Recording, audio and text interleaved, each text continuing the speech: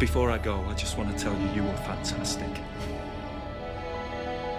Absolutely fantastic. And you know what? So was I.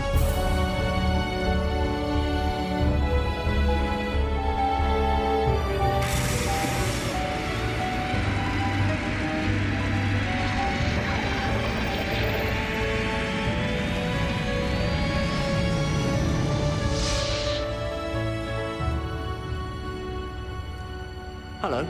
Okay. New teeth.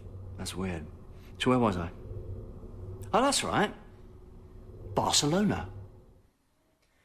This is BlissVille, Misadventures in BlissVille, and I am Bronwyn and I doing the intro that was written for me by my husband, and I don't know why, except that he's more of a performance artist than he would care to admit.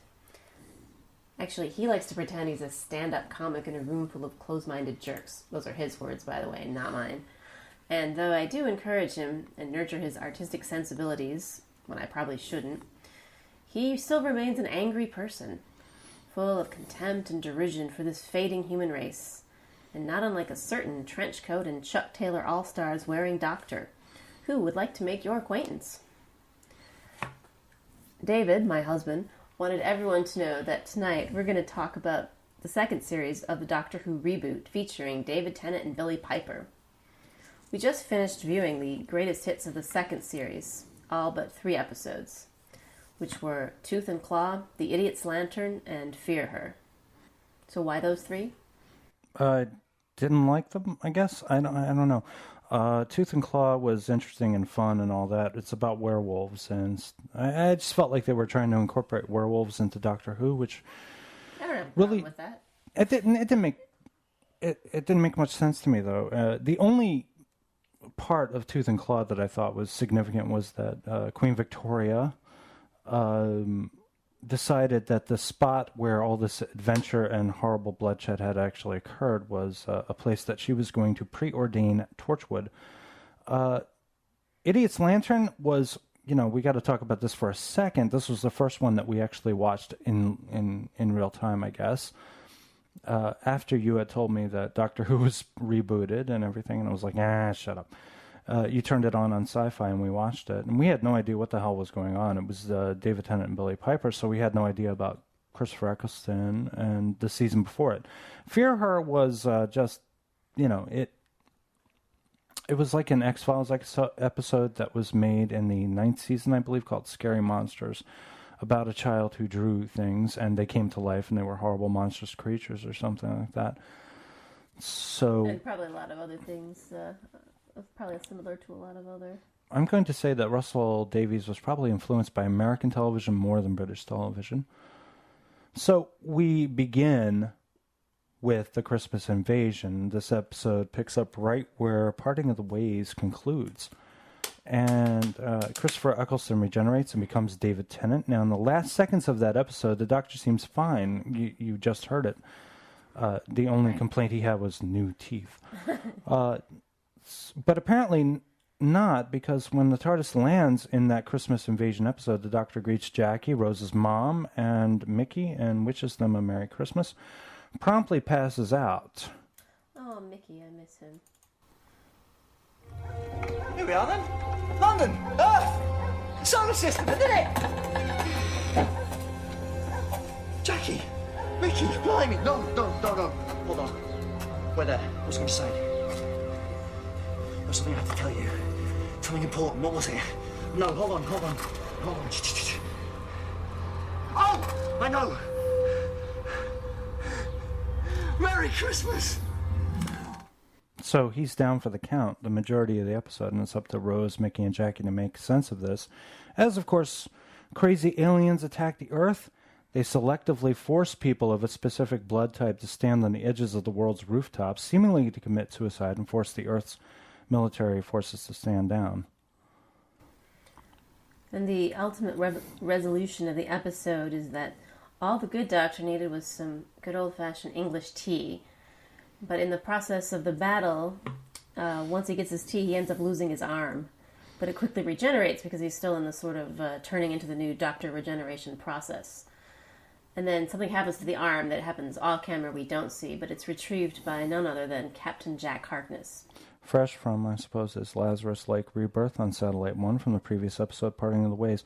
No, it's not to confuse our listeners. It's not like you drink English tea, you can lose an arm and then it'll regenerate. Not usually. I can't do that, for example. No, you can't. He was in a fight with some really ugly alien dude and lost his arm in a sword fight. Is that what it was? Yeah. He had a big sword fight on the rooftop of an alien ship, an enormous one. It was very swashbuckling, kind of. Now, that episode also, it's kind of homage to Independence Day because these enormous spaceships are all over the place and they cast shadows and everything. So they made a big deal about that. So I know we covered a little bit of this when we talked about the Parting of the Ways and the transformation. But what do you think of David Tennant? How does he stack up against your boy Eccleston and the other doctors you know?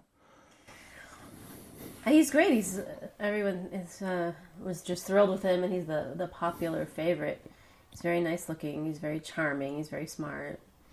I personally just liked Eccleston better, but that's also partly because Eccleston didn't stay around that long, so you never really got the chance to get sick of him. But Did you get sick of Tennant? No, I didn't get sick of him. Can I say I saw the cutest thing the other day? He was around a lot longer. I was going to put this on, but then I decided not to because I felt like it was a little too much. But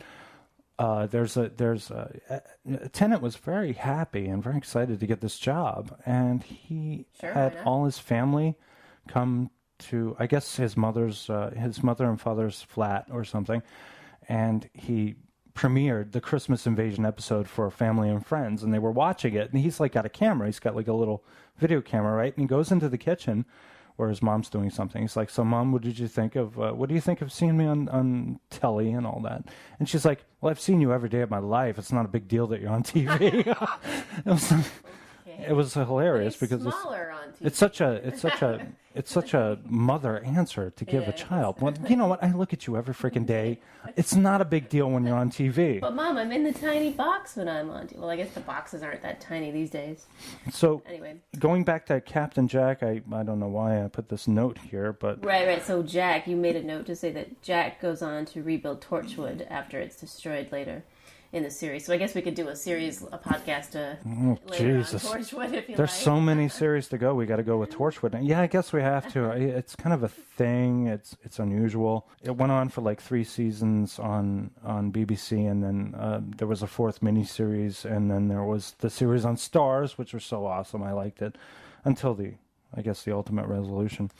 Torchwood is seen in this Christmas episode. Harriet Jones, who was part of a series that, the series of episodes that we did not actually go into much length about. She orders the alien ship destroyed, which pisses off the Doctor. So he plants a subliminal suggestion to her staff that she is tired. Basically, his words, he just went up. He said 5 words or something, 6 words or something. He goes up to Harry Jones' assistant and says, "She looks a bit tired, don't you think?" Something like that, yeah. Doesn't she look tired? Yeah, 4 words. Later, she's deposed from office, so don't mess with the Doctor. Okay, so then that second episode, which is actually part of not the Christmas, we're done with Christmas now and back into the series proper, it's called The New Earth. The end of the world is not aboard a satellite, but to show the Earth has been moved and is apparently governed by humanoid kitty cat creatures who are dressed like nuns wearing habits. Right. Oh, and we also see a couple of recurring characters, the face of Bo and that charmer Cassandra. So this one is, it's goofy. I think it's strictly for laughs, but it's fun to see Billie Piper all sexy and everything. And then Tennant going for the physical comedy as well. Well, you're not explaining, though. You're not explaining why there's comedy. Is because there's the Cassandra figures out how to do some body swapping. So, pardon my stomach there. So Billie Piper has to act like Cassandra, and then the Doctor has to act like Cassandra, and Cassandra doesn't exist anymore. At the beginning of the episode, she's like a weird skin trampoline, like she was in that episode, and then the skin disappears, becomes like a spirit or something. So it's swapping bodies constantly, And there's comedy. It's good. The reason I picked this one, I know this is strictly comedy, but I think what really works about this is that we're trying to show that David Tennant is capable of physical comedy. And he really is. He's got a great body for it. I mean, Eccleston's not really a physical comedy kind of guy. He's more of a drama guy. He's a solid structure. And Tennant is more kind of daffy in a very physical way. And I think that's why they decided to do this episode, because they wanted to do something that was fun, something that would really bring out Tennant's skills as a physical comic. I guess it's not strictly comedy because there's this kind of it gets a little bit commentary about how you shouldn't really do medical experiments on human beings. We kind of do that anyway. I don't know. Right. It's weird. It's like, okay, the one thing I wanted to mention, X-Files. Once again, we go back to X-Files. The movie, a bunch of people trapped in an alien spaceship. Scully was trapped in there too. It's very similar to the situation that these sick people are in. They're in these weird tubes or something. They're suspended in... Yeah, and they're sick and everything is it's very fun, but for me. But how does Billie Piper rate here in the second series as opposed to the first series for you? Are there differences? I never thought about there being any differences. I mean, she in this episode, you were talking about David Tennant, but I think she does a great job of becoming a completely different person when she's possessed by Cassandra. So I have no complaints about Billie Piper's acting either way. But Billie Piper is different in that she has to deal with a different person playing this doctor, and this is really nothing that anybody of her generation would really understand, so she has to go in and behave differently with this guy. And it's obvious that she's in love with the personality of the doctor, and this comes through more in the second series than it does in the first. Yeah, it's probably easier because he physically looks a little younger, so maybe she's able to make that connection a little more easily. He's not quite so much of a father figure being in the slightly younger body. So moving on to School Reunion. This is deliberate fan service because it brings back Sarah Jane Smith and, to a lesser but cuter extent, K9.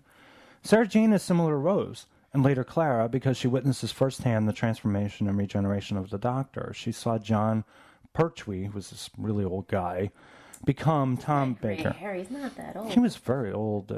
Anyway... becomes Tom Baker in the 5th and final episode of the 11th season, Planet of the Spiders. I'm sure there were others. Admittedly, I don't know much of the other companions, but I managed to dig up this clip of the transformation from John Pertwee to Tom Baker. Please, don't die. A tear, Sarah Jane? No, don't cry. While there's life, there's...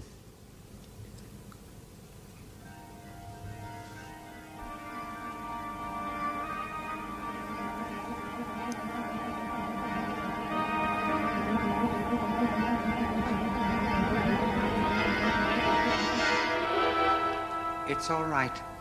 He is not dead. Oh, no. I don't think I can take much more. I'm sorry to have startled you, my dear. Won't you introduce me to your friend, Miss Smith? Oh, yes, this is the abbot of... No, it's Choji. I mean, it looks like Choji, but it is really Campo Rinpoche. I think... Thank you. That makes everything quite clear. The Doctor is alive. No, you're wrong. He's dead. All the cells of his body have been devastated by the Metabelus crystals, but you forget. He is a Time Lord. I will give the process a little push and the cells will regenerate. He will become a new man. Literally? Of course, he will look quite different. Not again. And it will shake up the brain cells a little. You may find his behavior somewhat erratic. Well, when will all this happen? Well, there's no time like the present, is there? Goodbye. Look after him. Now, wait a moment. Look, Brigadier, look. I think it's starting. Well, here we go again.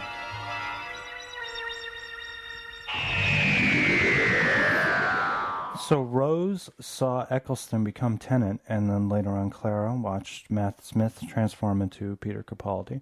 Sarah was always a favorite. She was given her own series, the Sarah Jane Chronicles. More of a family show, I guess, less sexy and or violent and intense. The show lasted 5 series before the actress Elizabeth Sladen's death at a much too young an age from cancer. So here is a clip. This is Sarah Jane seeing Doctor Who again, the Doctor, I should say, David Tennant for the first time.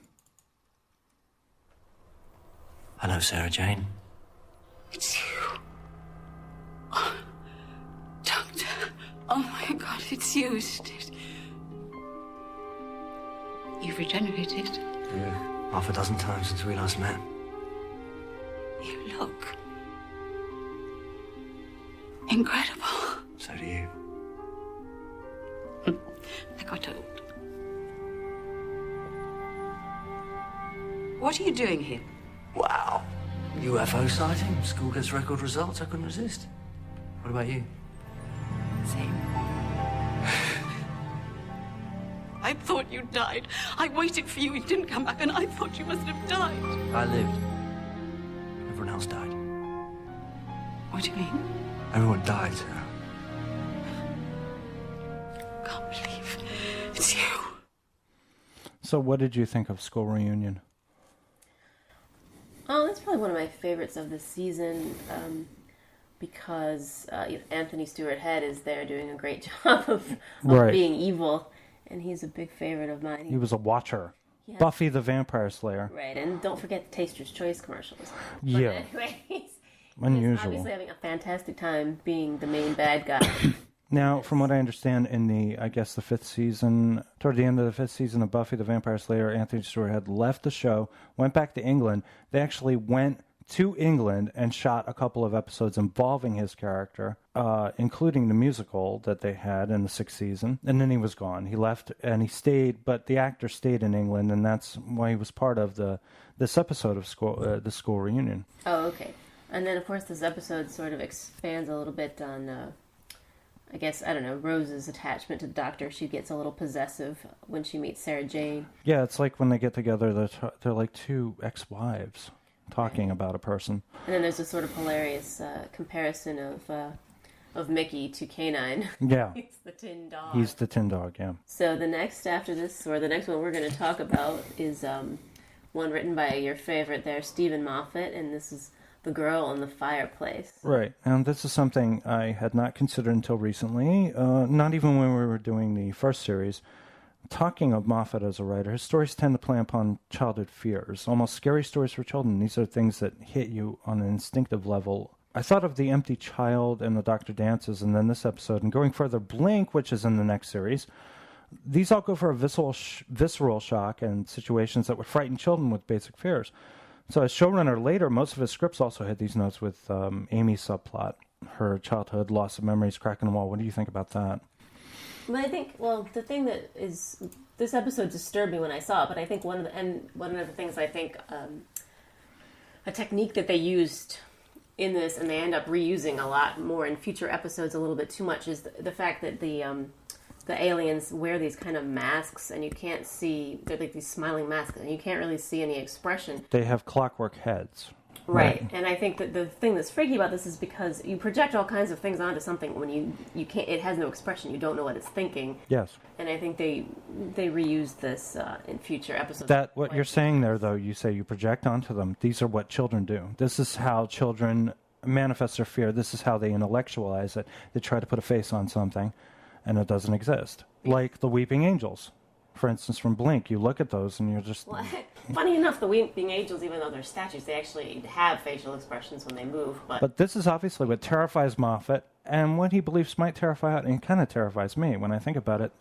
Those clockwork beings in Girl in the Fireplace are very similar to those creatures in Blink, the Weeping Angels.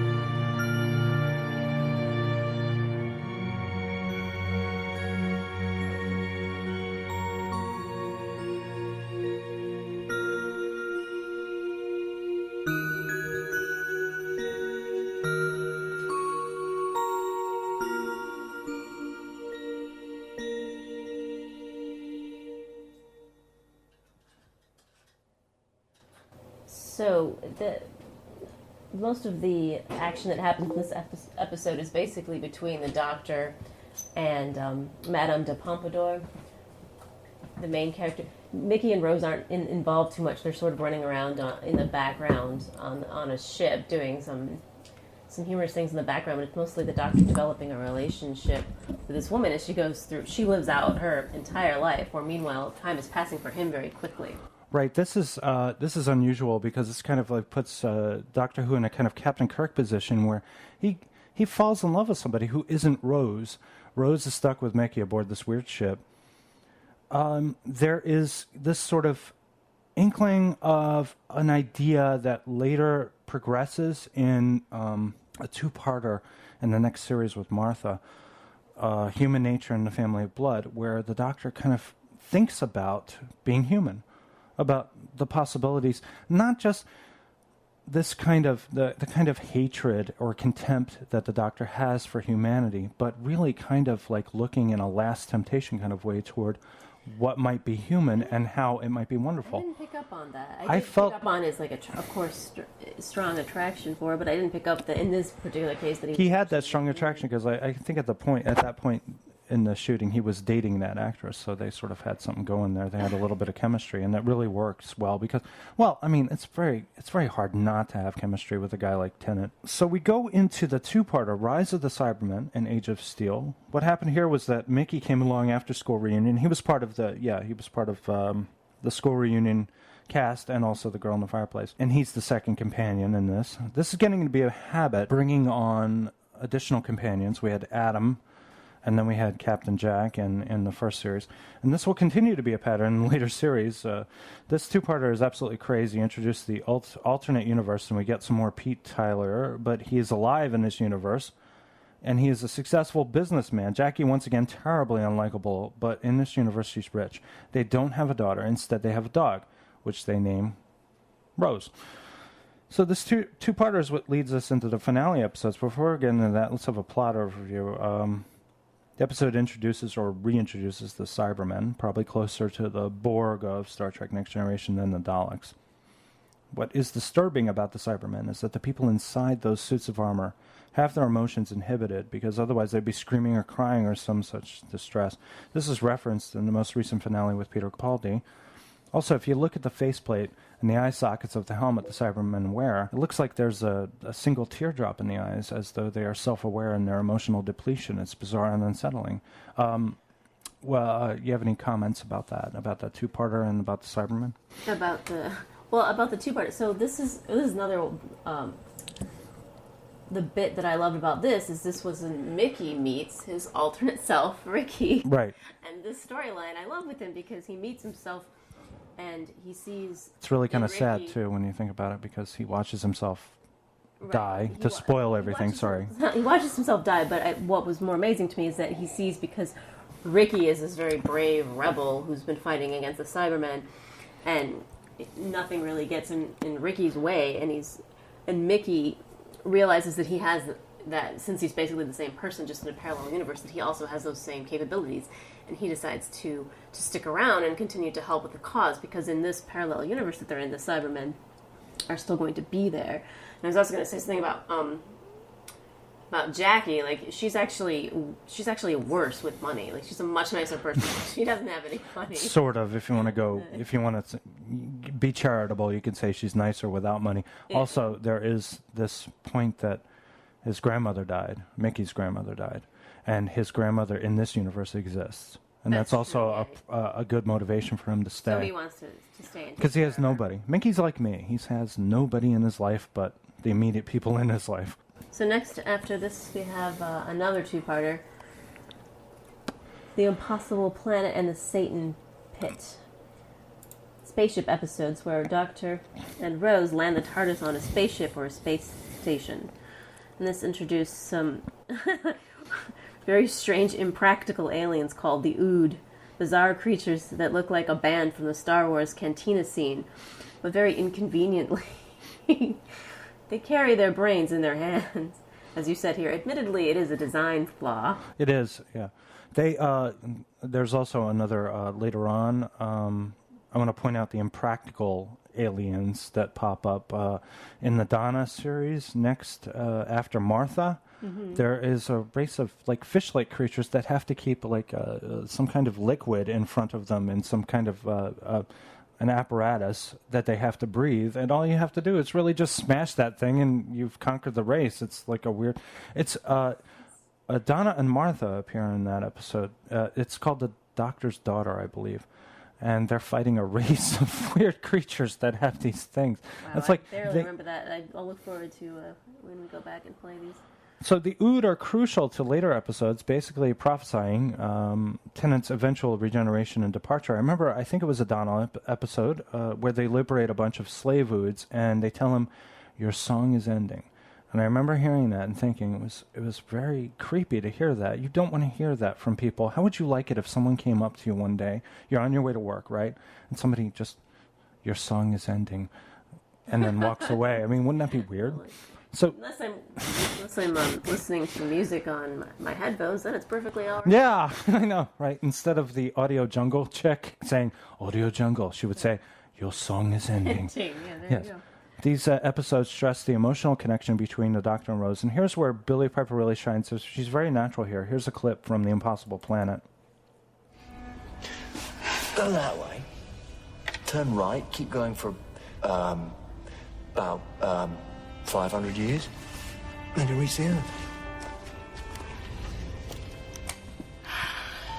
No signal. That's the first time we've gone out of range. Mind you, even if I could. What would I tell her? Can you build another TARDIS? Never grown, not built. With my own planet gone, we're kind of stuck. Well, it could be worse. It's not so they give us a lift. Then what?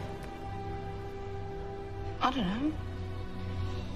Find a planet, get a job, live a life, same as the rest of the universe. I'd have to settle down. Get a house or something, a proper house with doors and things, carpets. Me, living in a house. Now that is terrifying. You'd have to get a mortgage. No. Oh, yes. I'm dying, that's it. I am dying, it is all over. What about me? I'd have to get one too. I don't know, it could be the same one, we could both... I don't know, share. Or not. Yeah, whatever. I don't know, all sorts of things. We'll see. I promised Jackie I'd always take you back home. Everyone leaves home in the end. Not to end up stuck here. Yeah, but stuck with you, that's not so bad. So I thought that was a really good moment between the two, and it stresses the human connection, I think. But this goes on the experience of Rose, because she has gotten to know more. I think she's gotten to know more about the Doctor than the Doctor's ever gotten to know about her, because she gets to see two different characters play this Doctor. So she understands there are two different types of personalities. Like, it doesn't matter what the Doctor is. What matters is how much he's learned. I mean, that's a pretty big statement, because he's been around he's very, very old, like older than we know, and he's probably learned a lot. And I think every time he regenerates, the idea is that, obviously, besides the fact that they need to replace the actor, but the idea is that he's a new person in some ways, too. He's both a new person and an old person. Yeah. Anyway. So the next one we're going to talk about is Love and Monsters, which is similar to one that's coming up in the next series, which is Blink.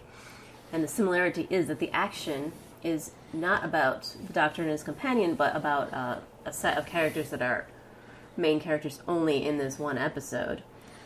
So this is a group of people it focuses mostly on one young man who's telling the story, but all of these people who have had some remote connection or heard rumors of, or somehow find out something about the Doctor.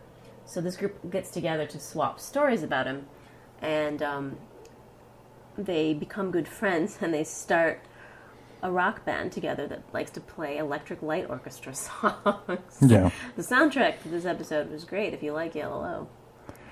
And then another person joins their group, a stranger, and gradually people start disappearing, and somehow they don't quite catch on to what's happening until what he's doing is he's gradually eating these people, and then at the last moment, the Doctor and Rose appear.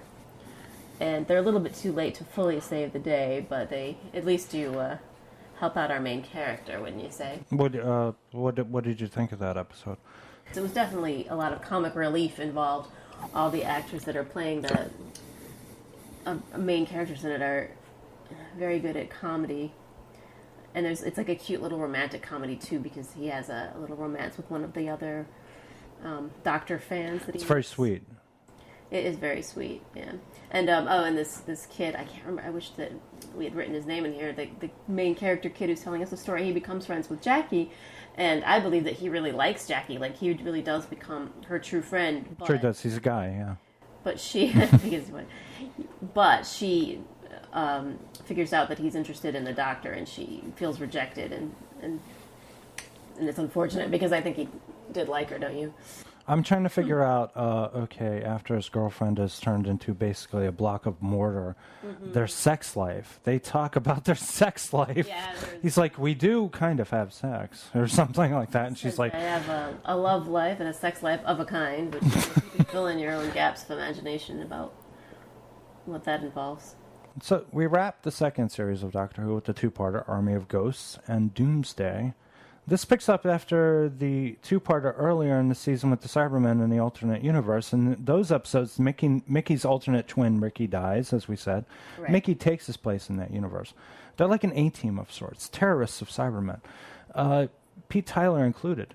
Doctor spends a good portion of both episodes wearing 3D glasses, which to me is the coolest thing ever. They even look like those cheap 3D glasses they gave us when we were kids. I remember there was some sort of a promotion at a Burger King for a local TV showing of Creature from the Black Lagoon. And I was excited to watch the movie until I realized 3D only works in color. And all we had at the time was a black and white set. So I'm sitting there watching Creature from the Black Lagoon on this tiny black and white set, waiting for something to happen. Nothing happens. I'm sitting there with my 3D glasses. This is like the saddest story in the history of mankind. A kid who's waiting for something to happen.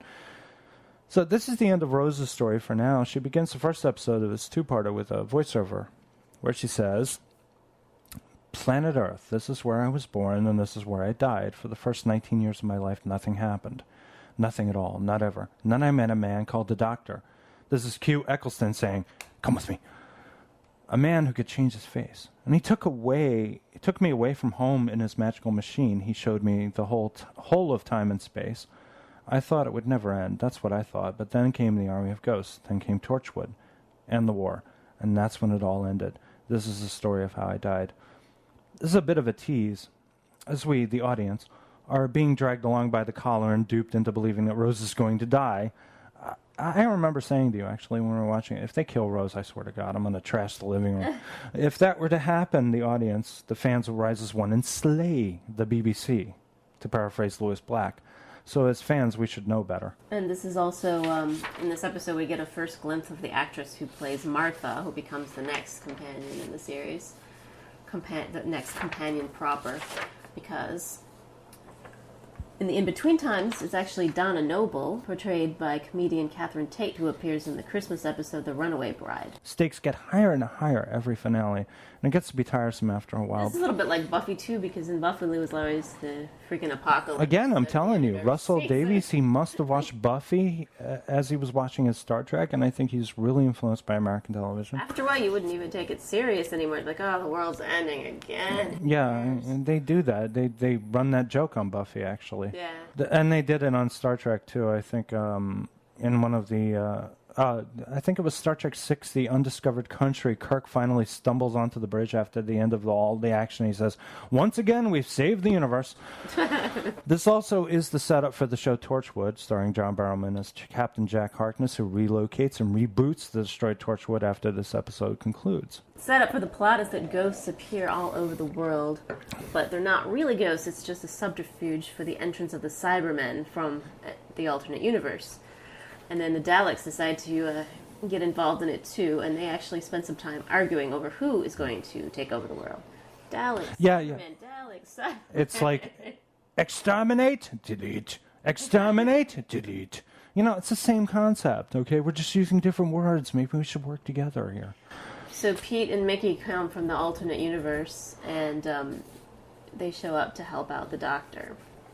So in short, they have to close a portal to make sure those alternate Daleks and Cybermen can never come back. Rose trips up, and she's about to get sucked into the dimensional hell. I never really got that concept, did you? Dimensional hell, something about putting him through a thing. Something about the space between the dimensions, whatever it was they set up to suck out all of the bad aliens was going to suck her into it too. Is like some kind of non-existence place. So she loses her grip, right? And then right when she's about to get sucked into this hell, Pete Tyler shows up and rescues her.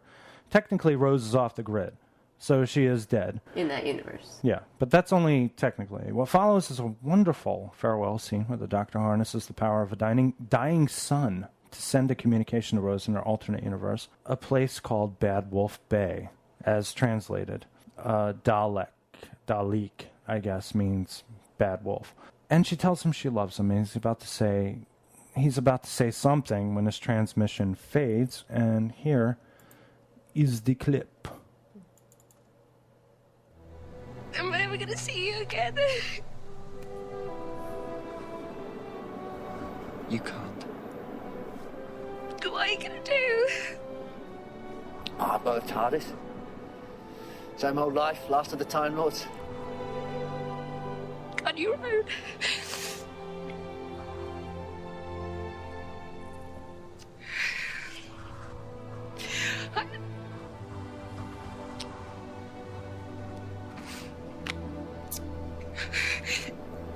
I love you. It's quite right, too.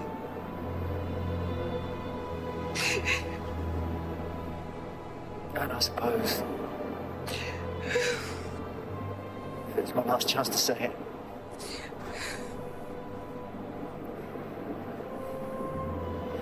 Rose Tyler.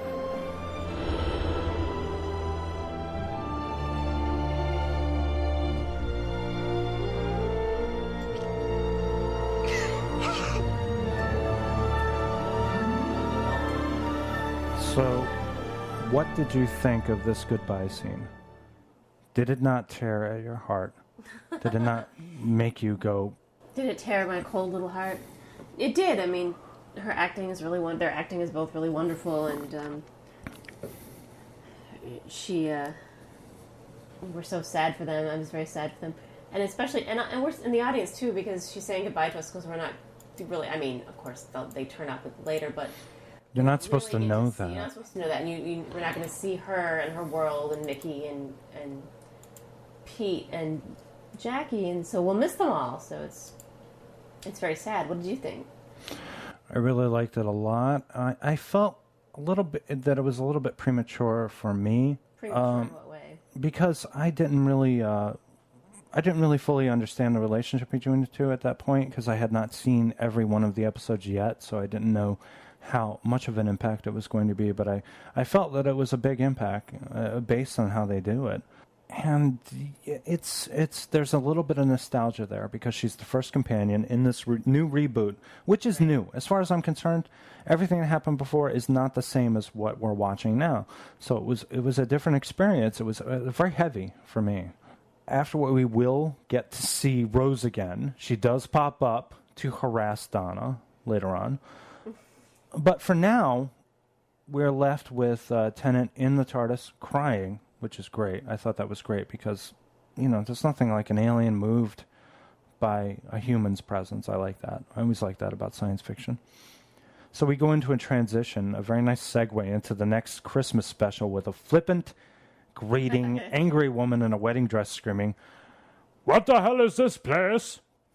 And all the Doctor can manage is a confused, "What?" What the heck was that? Was that your Donna impression? Yeah, that was me, because she does it in a very loud voice. Doomsday is one of the most popular episodes of the revived Doctor Who. It gained an audience appreciation index of 89, which was the highest figure for nearly 2 years. It was later surpassed by The Stolen Earth, which had an AI of 91. Stolen Earth was a Donna episode, right? Yes, I think that's the one we're kind of talking about, where we see a bunch of characters again. And it's the first episode of Doctor Who to receive a perfect 10 rating on IGN. who congratulated Davies on making an action-packed episode so emotional. Television Without Pity, for those of you listeners who know what that is, gave the episode an A+ rating.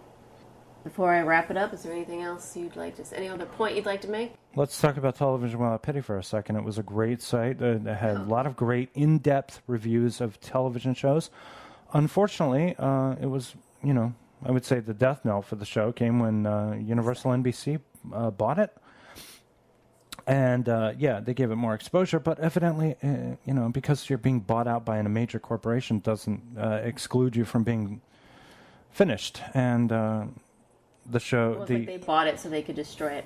Well, I mean, also, it's not really... I don't think a entertainment company should have bought Television Without Pity, because the point of the site was that they sort of recapped episodes of lots of popular TV shows, especially popular with a certain age group of, let's say... 18 to 35, which they did these recaps that weren't just recounting what happened, but they were recounting with comic commentary, sort of picking up in the vein. Yeah, and if they didn't like something, they made fun of it, and they were not... So they were definitely, they were mocking. The motto of the episode was, spare the snark, spoil the network. Yeah. And then they go and get bought by a network. Yeah. So anyway. And now they're no more. They went out of business last year, around September, I'm not sure. I think their archives are still up, so if you want to take a look at those, it's great. Wrapping it up, that about does it. This has been BlissVille, Misadventures in BlissVille. I'm Bronwyn Knox, and I hope you've enjoyed this podcast. If you did, please consider subscribing to it. You probably love me, quite right too, and I suppose it's my last chance to say it. BlissVille audience,